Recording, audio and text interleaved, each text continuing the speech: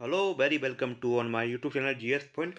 और आज की इस वीडियो में हम डिस्कस करेंगे वेरी इंपॉर्टेंट न्यूज कि ऐसा क्या हुआ है कि 4 दिन के अंदर मोर देन 2500 से ज़्यादा लोगों की गिरफ्तारी और 5000 से ज़्यादा लोगों की एफआईआर हो चुकी है। जी हाँ, आपने सही सुना है कि असम एक ऐसा स्टेट है भारत के अंदर जिसके अंदर 4 दिन के अंदर मोर देन 2500 से ज़्यादा गिरफ्तारी हुई है। और अभी भी करंटली एफआईआर गवर्नमेंट क्या कर रही है, इसे रजिस्टर कर रही है। तो 5000 से ज़्यादा एफआईआर हो चुकी हैं। और अब बात करेंगे कितने लोग, 2500 से ज़्यादा लोग गिरफ्तार हो चुके हैं। अब आप सोच रहे होंगे कि ऐसा इस सरकार के अंदर क्या हुआ है। तो मैं आपको बता दूं कि असम सरकार ने ये बेसिकली एक्शन बाल विवाह के बाल विवाह जो होते हैं कानून उसके खिलाफ लिया है कि जो भी पर्सन जिसने बाल विवाह एक्ट के तहत शादी की है, जिसकी पत्नी की उम्र 18 साल से कम है और लड़के की उम्र 21 साल से कम है, उसको बाल विवाह एज पर द चाइल्ड मैरिज एक्ट के अकॉर्डिंग कानूनी क्या माना है, अपराध माना है। और उस अपराध के तहत ऐसे लोगों को चिन्हित कर कर उन पर एफआईआर करके उन पर केस दर्ज किया जा रहा है। अब बात करते हैं सडन आउट ये मामला क्यों आया है, ठीक है। और इससे पहले भी बात करेंगे, आपने अगर बाल चाइल्ड मैरिज एक्ट की मैंने एक पहले भी इससे पहले वीडियो बनाई है, अगर आपने वो वाली वीडियो नहीं देखी है तो कृपया मेरे चैनल पर जाइए, उस वीडियो को जरूर देखें। अब बात करते हैं कि आखिर मुद्दा क्या है। बेसिकली मैं आपको एक इंट्रोडक्शन की ओर बता दूं कि आखिर मुद्दा क्या है कि भारत भारत के अंदर चाइल्ड मैरिज एक्ट, इंडिया के अंदर हमारे क्या है, चाइल्ड मैरिज एक्ट है, ठीक है। Child marriage act 2006। आपका एक्ट क्या कहता है, एक्ट कहता है कि लड़की की जो उम्र है वो 18 साल गर्ल की, और जो पुरुष की है जो मेल है उसकी उम्र 21 होनी चाहिए। अगर ऐसे में किसी की एज कम पाई जाती है तो उसको एज पर द चाइल्ड मैरिज एक्ट 2006 के अंदर क्रिमिनल क्या माना जाता है, कानूनी अपराध माना जाता है, तो तथा उसके अंदर सजा का प्रावधान है। सिमिलरली अगर कोई लड़का जिसकी उम्र 21 साल से कम है और लड़की की उम्र 18 साल से कम है, उससे सेक्सुअल इंटरकोर्स बनाता है, मतलब वैवाहिक होने के बाद जो शारीरिक संबंध बनाता है, अगर ऐसे में तो उस पर क्या है, एज पर द आईपीसी के सेक्शन 375 के तहत उसको रेप कंसीडर भी किया जाता है।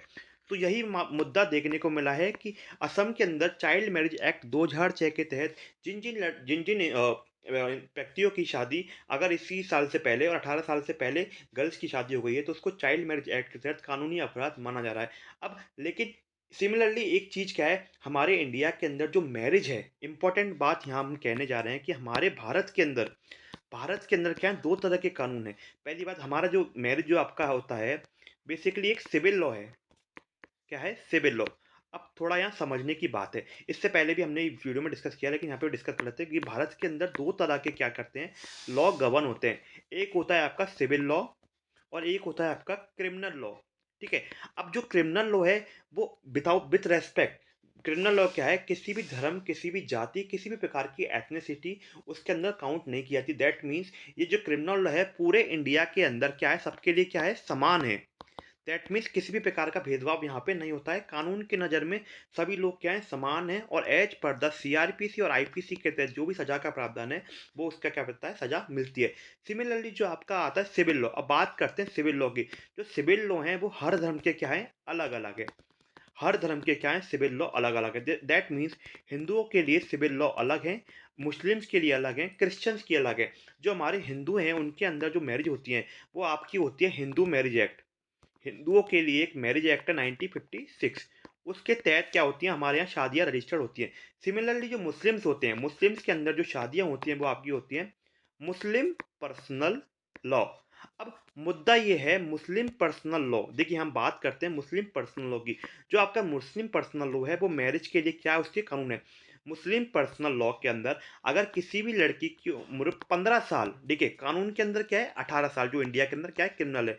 लेकिन मुस्लिम पर्सनल लॉ कहता है कि अगर किसी भी लड़की की उम्र 15 साल या इससे ऊपर है तथा उसने अपनी क्या कर लिए, इंटीमेसी पॉवर्टी स्टेज अटेन कर लिए, तो ऐसे में अगर वो लड़की शादी करती है तो उसको कानूनी अपराध नहीं माना जाएगा।